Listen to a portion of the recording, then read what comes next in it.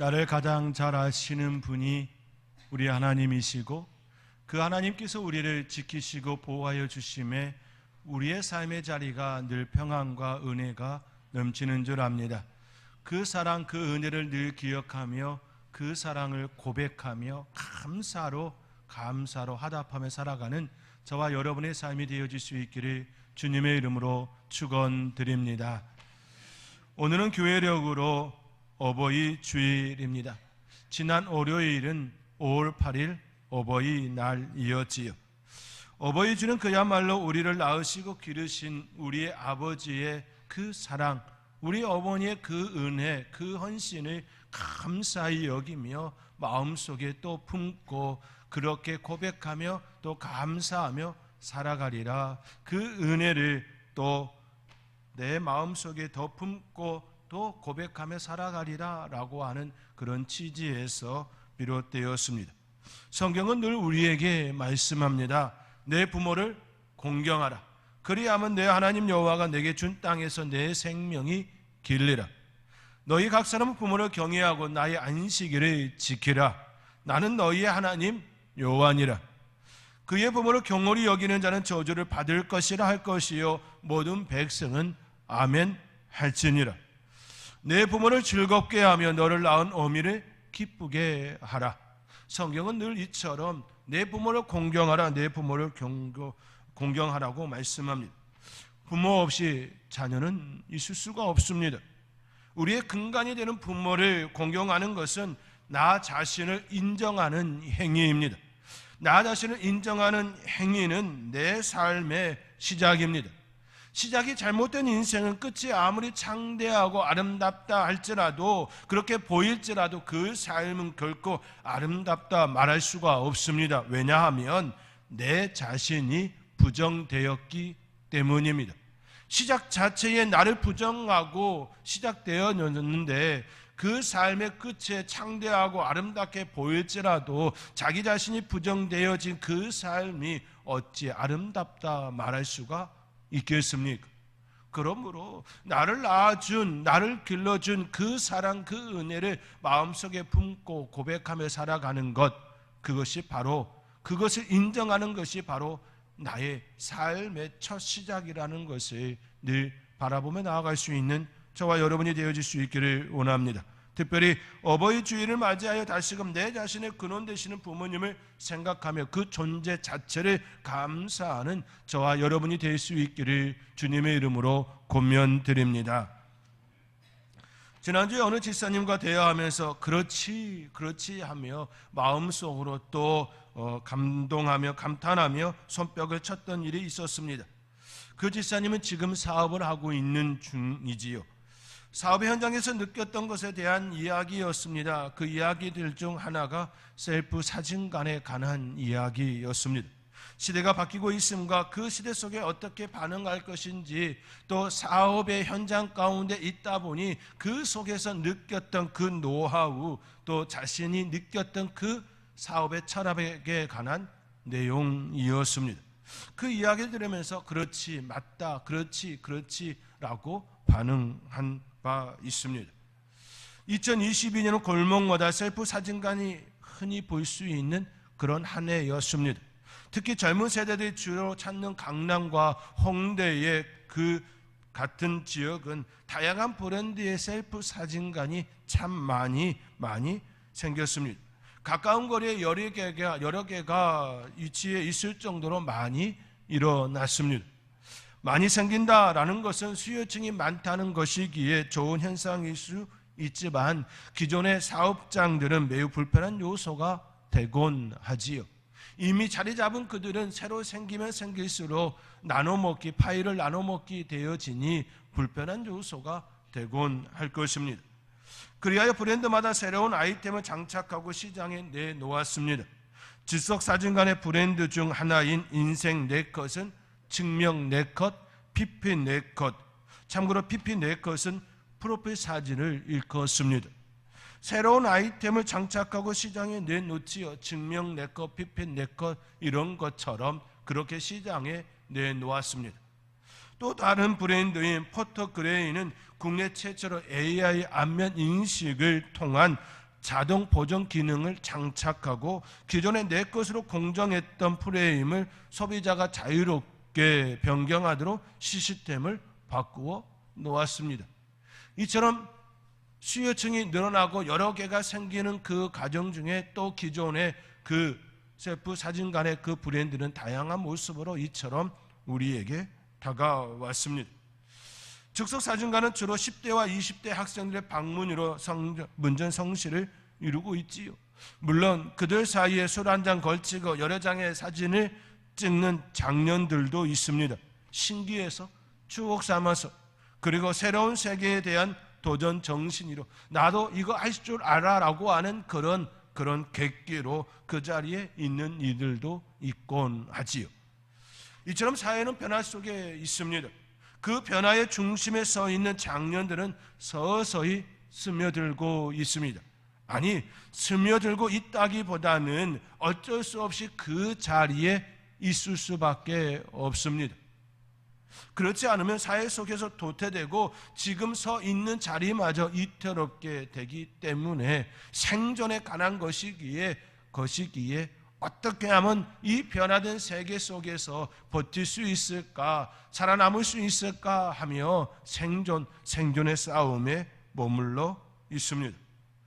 그러나 10대와 20대 우리의 젊은 세대들은 전혀 낯설어 하지 않습니다. 그들은 그 변화에 대하여 한호성을 외치며 이 변화에 대하여 힘껏 그렇게 맞이하고 좋아하고 즐기고 있습니다. 아날로그에서 디지털로, 디지털에서 IT 최첨단의 시스템으로 변화되고 있는 이 시점은 어른들의 시각으로 보면 마냥 즐거운 일이라 말할 수가 없습니다. 왜냐하면 적응하며 살아가야 하는 생존의 문제이기 때문입니다. 스마트폰이 처음 나왔을 때에 참 어떻게 사용해야 할지 버벅거리고 또 버벅거렸습니다. 이제 적응되어지니 또 다른 것들이 나온다라고 이야기하고 있습니다. 예전 세대들은 수천 년 동안 아주 큰 변화 없이 살아왔습니다. 그러나 최근 1세기 동안의 변화는 수천 년의 변화보다 더 빠른 변화가 우리 가운데 일어났습니다. 그렇게 더욱더 우리의 어버이들은 힘든 자리가 되었습니다. 물론 좋은 시스템을 통한 질 좋은 서비스도 일어나고 있습니다만, 그러나 그 안에 살아가고 또 버티기는 결코 쉽지만은 않습니다. 늘 부담스럽고 살아내야 하는 그런 생존의 이야기가 되었습니다. 그러한 사회를 받아들여야 하는 어른 세대들을 향한 젊은이들의 배려가 필요한 시대가 되었습니다. 우리의 젊은 세대는 그것이 너무나도 반갑고 애치고 즐겁게 한호하는 그런 모습이지만, 어른 세대는 결코 그렇지 않음에 대하여 그 시각을 가지고 배려의 마음들이 우리의 젊은 세대들 가운데 있었으면 좋겠습니다. 어버이 주일을 맞이하여 시대의 변화 속에 부담을 가지고 있는 어른 세대들을 다시금 눈여겨볼 수 있는 그 안목이 우리의 젊은이들 가운데에, 특별히 우리의 청년들 가운데에 일어날 수 있기를 주님의 이름으로 권면해 드립니다. 오늘 본문의 말씀은 주의 형제 야고보가 하나님과 우리의 관계에 대해 조명하며 우리의 삶을 이야기합니다. 의도하지는 않았지만 어버이 주일에 깊이 생각해 볼 수 있는 주제라고 여겨집니다. 그렇다면 오늘 본문을 통하여 주의 형제 야고보가 무엇을 말하려 하는지에 대하여 함께 살펴보겠습니다. 주의 형제 야고보는 하나님을 우리에게 소개합니다. 그분은 우리를 악으로 이끌지 않는 분임을, 우리에게 좋은 것을 주시는 분임을 우리에게 말씀하고 있습니다. 그분이 우리에게 어떤 모습으로 다가오는지 주의 형제 야고보는 그 하나님이 어떤 분이신지 말씀하는 그 부분을 함께 살펴보겠습니다. 오늘 본문 17절의 말씀입니다. 오늘 본문 17절의 말씀 우리 함께 읽겠습니다. 온갖 좋은 은사와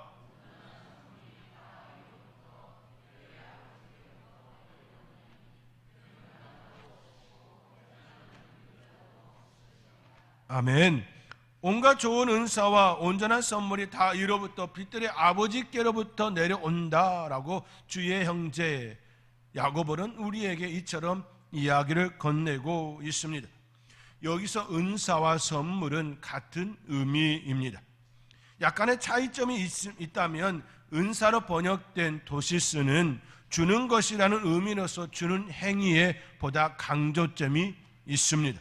반면에 선물로 번역된 도레마는 은혜, 선물이라는 의미로서 주어진 결과에 보다 강조점이 있습니다. 다시 말해 은사는 주는 행위에 속한다면 선물은 결과에 해당합니다. 하나님 입장에서는 주는 행위나 결과나 같은 의미이기에 같은 의미인 것이지요. 결국 다른 듯 같은 의미를 갖고 있습니다. 온갖 좋은 은사와 온전한 선물 다 이로부터 우리 아버지께로부터 내려온다라는 이 말씀은 결국 같은 의미를 반복하여 사용함으로써 우리에게 강조하고 있는 것입니다. 우리 하나님이 그런 하나님이시라고, 빛들의 아버지가 우리의 하나님이시라고 그렇게 우리에게 주의 형제 야고보는 또 강조하고 있는 것입니다. 그렇지요. 주는 행위 그리고 결과, 이 모든 것들은 다 우리 하나님께서 하시는 모습들이고 우리에게 주어지는 현상들입니다.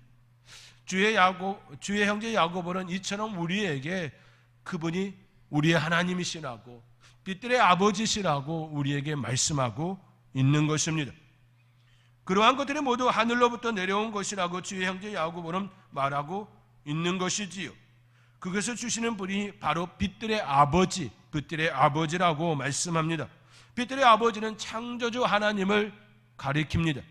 빛들의 아버지는 그 창조주 되시는 하나님을 상징하는 것이지요. 온 우주를 창조하시고 주관하시는 하나님, 그 하나님이심을 왕국 어법을 통하여 이처럼 표현하고 있습니다. 시편 기자는 시편 136편 7절의 말씀에 큰 빛들을 지으신 이에게 감사하라, 큰 빛들을 지으신 이에게 감사하라, 그 인자하심이 영원함이라고 이처럼 고백하며 하나님을 찬양합니다. 큰 빛들을 지으신 이, 그분은 바로 하나님, 빛들의 아버지, 우리의 창조주 하나님이시라고 주의 형제 야고보는 우리에게 이야기를 건네고 있습니다. 천지를 창조하신 하나님은 우리를 결코 악한 길로 인도하지 않으신다는 주의 형제 야고보의 그 말씀인 것이지요. 주의 형제 야고보는 천지를 창조하신 하나님, 우리에게 가장 좋은 환경을 마련하신 그 하나님이 결코 우리에게 악한 것을 주시지 않는다라는 말씀을 하고 있는 것입니다. 천지를 창조하신 하나님께서 왜 이 세상을 파괴하려 하시겠습니까? 오히려 이 땅에 거하는 우리를 위하여서 계속해서 더 아름답게 더 좋게 가꾸시고 지키시고 보호하시기를 간절히 바라시는 것이지요. 그러한 하나님께서 이 세상을 파괴하신다면 그 안에 있는 존재들이 얼마나 악한지 그 모습을 우리는 오히려 생각해야 하는 것이지요. 우리의 모습 속에 바로 그 모습이 있어야 하는 것입니다. 그러나 우리 하나님께서는 천지를 창조하셨고 지금도 여전히 이 세상에 거하는 하나님의 사람들이 잘 되어지기만을 그렇게 간절히 바라고 원하고 계십니다. 그 하나님은 예전이나 지금이나 앞으로도 동일하신 분이십니다. 이 세상을 창조하신 그 하나님은 여전하십니다. 그 하나님을 바라보라고 각종 좋은 은사와 온전한 선물을 주시는 분이라고 이처럼 우리에게 말씀하고 있습니다. 그러한 모습을 볼 때에 우리의 부모님도 마찬가지이지요. 우리의 부모님들은 자녀들에게 좋은 것을 주시기를 그렇게 바라고 원하시지요. 본인은 벌레가 먹은 가위를 먹을지라도 좋은 것을 주기를 간절히 바라시는 분이 바로 우리의 부모이시지요. 예전에는 과일 하나, 채소 하나 모두 귀한 것들이었습니다. 마음 편히 그것들을 양껏 또한 좋은 것을 구매하는 것은 결코 쉬운 일이 아니었습니다. 지금 동네 마트에 가면 과일이나 채소가 아주 많이 있습니다. 쉽게 구할 수 있을 뿐만 아니라 아주 저렴한 그 가격의 과일과 채소들이 너무나도 많이 있습니다. 지금 매우 흔한 과일이 되었지만 예전에는 바나나 하나를 사 먹는 것도 결코 쉽지 않았습니다. 바나나 한 송이를 사는 것이 지금의 보편적인 모습이지만 그때는 낱개로 하나씩 구매하였습니다. 1980년대 바나나 한 송이의 가격은 3만 원 안팎이었습니다. 당시 국내선 항공권 운임과 맞먹는 가격이었습니다. 바나나 한 송이 가격이면 제주도를 가고 오는 가격이었습니다. 그런 시세였습니다. 바나나 한 송이 가격이 제주도를 오고 갈 수 있는 그런 시세였다라는 것이지요. 우리 어른 세대들은 그것을 이미 잘 경험하고 알고 있지요. 우리 젊은 친구들 알고 계셨나요? 바나나 한 송이가 제주도를 오고 가는 그런 시세였습니다. 그러니 자녀들에게 바나나 한 송이, 아니 하나를 사준다라고 하는 건 결코 쉬운 일은 아니었지요. 이처럼 육신의 부모님은 한계가 있습니다. 자녀가 원하는 모든 것을 주고 싶지만 줄 수가 없는 그런 형편과 능력이 있지요. 주고 싶어도 줄 수 없는 마음은 더 괴로운 법이지요. 우리 부모님이 그러하였습니다. 그러나 우리 하나님, 빛들의 아버지 되시는 우리 하나님은 모든 것을 주실 수 있습니다. 다만 우리에게 해가 되어질 것 같은, 해가 되어지는 건 주지 않는 분이시지요. 그분은 주의 형제 야고보의 고백처럼 변함도 없으시고 그림자도 해전하는 그림자도 없으시기 때문입니다. 변함없인 그 하나님, 해전하는 그림자도 없으신 그 하나님은 우리에게 가장 좋은 것, 각종 좋은 은사와 온전한 선물을 주실 수 있는 그런 하나님이십니다. 우리 인간은 지구에 살아갑니다. 지구에 사는 모든 존재들은 태양 영향 아래 살아갑니다. 태양의 이치에 따라 그림자가 달라지지요. 길어지기도 하고 짧아지기도 하고, 그림자가 동으로, 때로는 서로, 때로는 남으로, 때로는 북으로 그렇게 비춰지기도 합니다. 태양이 어디에 있느냐라, 내가 어디에 있느냐에 따라 그렇지요, 그림자가 바뀌고 길어지고 그런 모습이 일어납니다. 우리의 존재가 바로 그런 존재 아닙니까? 지구라는 그 프레임 속에 살아가고 있습니다. 우리의 반경이 정해져 있다라는 말씀이기도 합니다. 그러나 빛들의 아버지 되시는 우리의 하나님은 그 어떤 영향 속에 있지 않습니다. 태양과도 우주와도 그 어떤 세계의 존재와도 결코 주도권을 빼앗긴 적이 없으십니다. 항상 주도권을 가지시고 이 세상을 향하여 있는 분이 바로 우리의 하나님이십니다. 변함이 없으시다, 해전하는 그림자도 없으시다라고 하는 이 말씀은 바로 이것을 말씀하고 있는 것입니다. 모든 것들의 주권자가 되어주시고 주도자가 되어주셔서 우리의 삶의 자리에 간섭하시고 섭리하시고 지키시고 보호하시고 가장 좋은 것을 주실 수 있는 그런 하나님이시라고 우리에게 말씀하는 것이지요. 그 하나님이 바로 우리의 하나님이십니다. 그 하나님이 바로 우리를 위하여 예수님을 이 땅에 보내셨습니다. 가장 낮고 낮은 마을 구유에 누이게 하셨습니다. 그리고 인간의 옷을 입으시고 인간이 겪어야 하는 모든 것들을 겪게 하셨습니다. 추위를 겪게 하셨습니다. 더위를 겪게 하셨습니다. 배고픔도 아픔도 겪게 하셨습니다. 그리고 십자가에서 죽으셨습니다. 이 모든 일은 우리 인간을 위한 하나님의 간절한 사랑의 표현이었습니다. 독생자 예수님을 내어주시기까지 우리를 사랑하신 하나님께서 무엇이 아까울 것이 있겠습니까? 그분이 무엇이 아까워서 좋은 것이 아닌 나쁜 것을 우리에게 주시겠습니까? 우리는 그분께서 주시는 것, 그것을 받기만 하면 되는 존재이지요. 교만이 아니라 겸손함으로 그분이 주시는 것은 모든 것, 나에게 가장 좋은 것이라 그렇게 고백하며 받는 그 겸손함이 있어야 함을 말씀을 통해 또 우리는 깨닫습니다. 그러나 우리 인간은 하나님께서 주시는 것 외에 다른 것을 요구할 때가 있습니다. 아니, 다른 것을 향하여 우리의 시선을 빼앗길 때가 있습니다. 우리의 욕심에 따라, 우리의 욕망을 따라 우리의 다른 것을 충족하려 그러할 때가 있습니다. 그 길의 끝은 사망입니다. 욕심이 잉태한즉 죄를 낳고 죄가 장성한즉 사망을 낳느니라. 주의 형제 야고보가 우리에게 말씀하는 것처럼 그 끝은 결국 사망입니다. 하나님께서 주시고자 하는 것 외에 다른 것을 구하는 것, 우리의 욕심을 따라 욕망을 따라 구하는 모든 것, 우리는 다시 한번 우리의 모습을 살펴보아야 하는 것이지요. 결국 미혹되어 쓰러진 존재가 아니라 우리 하나님께서 주시는 것을 받아 누리며 그 안에서 참된 소망과 기쁨을 누리는 우리의 삶이 되어지기를 우리 하나님께서는 그렇게 간절히 바라신다라는 것입니다.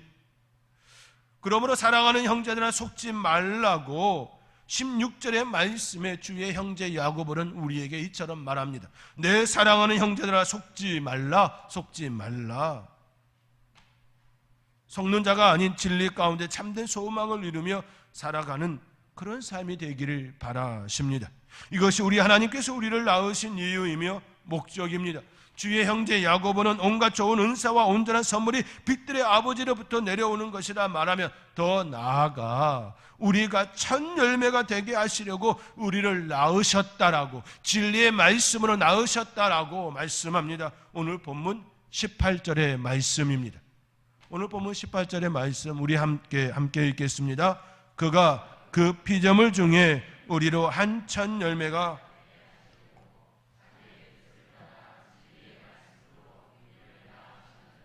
아멘. 자기의 뜻을 따라 진리의 말씀으로 우리를 낳으셨느니라. 그렇습니다. 진리의 말씀으로 우리를 낳으셨습니다. 진리의 말씀은 바로 예수 그리스도를 가리키지요. 우리는 예수 그리스도의 보혈로 하나님의 자녀가 되는 권세를 얻었습니다. 십자가에서 우리를 위하여 피 흘리신 그 사건을 통하여 우리는 하나님의 자녀가 되어지는 그 은혜를 누리게 되었습니다.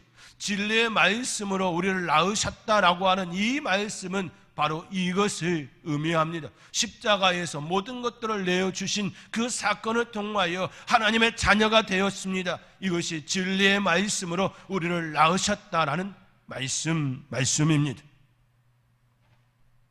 저와 여러분은 그런 존재입니다. 저와 여러분은 진리의 말씀으로 아버지와 아들 되어진, 아버지와 자녀가 되어진 그 은혜 가운데 있게 되었습니다. 오늘은 어버이 주일이지요. 우리를 낳으신 영의 아버지를 바라볼 수 있는 저와 여러분의 삶이 되어질 수 있기를 또한 주님의 이름으로 축원드립니다. 미술로 마음을 어루만지는 상담과 또 교육자인 한양대학교 3당 심리학과 오종훈 교수는 부모도 아프고 힘들다 이야기하며 부모가 먼저 위로를 받아야 한다라고 이야기를 건넵니다. 그에 져서 너무 사랑해서 아픈 부모에게 나오는 이야기를 소개하며 오늘의 말씀을 마치고자 합니다. 안전기지는 폭풍과 휘몰아치는 위험 속에서도 안심하고 내 몸을 맡길 수 있는 안식처와 같은 곳이다. 애착이론의 창시자 존 볼비는 엄마의 품을 대표적인 안전기지로 설명하며 스트레스 상황에서 언제든지 돌아올 수 있는 곳으로 묘사했다. 이 안전기지의 특성은 아이가 충분히 안정되면 오히려 바깥 세상을 향하여 탐색 체계를 활성화시킨다는 데 있다. 그렇지요. 안전기지 안에 들어와 안정을 취하게 되어지면 바깥 세상을 향하여 나가지요. 엄마의 품이 바로 그런 곳이다 라고 이야기합니다. 바깥 세상에서 힘들고 어렵고 낙심되어질 때에 그 엄마의 품에 들어오면 그 안정기지로서의 그 역할이 되어지는 것이지요. 그러면 안정되어지면 다시 세상을 향하여, 바깥 세상을 향하여 눈을 돌리게 되어 있다라는 그런 이야기이지요. 이때 안전기지의 역할은 언제나 아이를 환영하며 아이의 능력을 격려하는 것이다. 실수해도 괜찮다고 해주고 성취하고 싶은 것이 있다면 작은 단위로 쪼개어 도전하면서 작은 성취감이 쌓이도록 도와주어야 한다. 이제 안전해진 아이는 다시 바깥 세상을 향하여 도전한다. 그렇죠. 바깥 세상에서 지치고 힘든 모습으로 엄마의 품에 돌아오면 안전기지인 그 엄마가 하는 일은 괜찮아. 실수할 수도 있어. 그렇다고 해서 너의 인생이 망가진 것이 아니란다. 너가 무너진 것이 아니란다. 다시 할 수 있는 그것에 대하여 용기를 주고 하나씩 하나씩 풀어낼 수 있는 그런 지혜를 그에게 베풀어 준다라는 것이지요. 그러면 다시금 세상을 향하여 바깥 세상을 향하여 나갈 수 있는 힘이 그 아이에게 일어난다라는 말입니다. 안전기지. 사랑하는 성도 여러분, 오정훈 교수는 엄마를 아이의 안전기지로 설명하였습니다. 안전기지의 역할은 안전하다는 것을 느끼게 하는 것입니다. 그리고 안정되면 바깥 세상을 향하여 나아갑니다. 만약 엄마의 품에 계속해서 머물러 하고 있다고 한다면 한 번쯤 생각해 보아야 할 문제가 될 것입니다. 안전기지는 계속 머무르는 공간이 아닙니다. 돌아오는 공간이고 쉼터이고 재충전의 장소입니다. 부모가 자녀에게 그러하듯이 우리 하나님도 이 세상을 살아가는 우리들에게 그러한 존재입니다. 날마다 우리에게 안전기지가 되시며 힘을 주고 충전시켜 줍니다. 그러면 다시 우리는 세상을 향하여 복음의 삶의 자리가 되게 하는 것이지요. 그러다 다시 지치면 아버지의 품에 나와 하나님 하고 그렇게 기도하는 것 아니겠습니까? 그때 또 우리에게 대답해 주시고 응답해 주시는 그 하나님을 만나고 새 힘을 얻어서 다시 세상을 향하여 나아가는 복음의 사람으로 살아가는 그러한 용기가, 그러한 지혜가 우리 가운데 일어나게 되는 것이지요. 5월 가정의 달을 맞이하여 빛들의 아버지이신 하나님께로부터 각종 좋은 은사와 선물을 받아 다시금 세상을 향하여 나아갈 줄 아는 하나님의 사람, 복음의 사람, 저와 여러분이 되어질 수 있기를 주님의 이름으로 권면드리며 축원드립니다. 기도하겠습니다.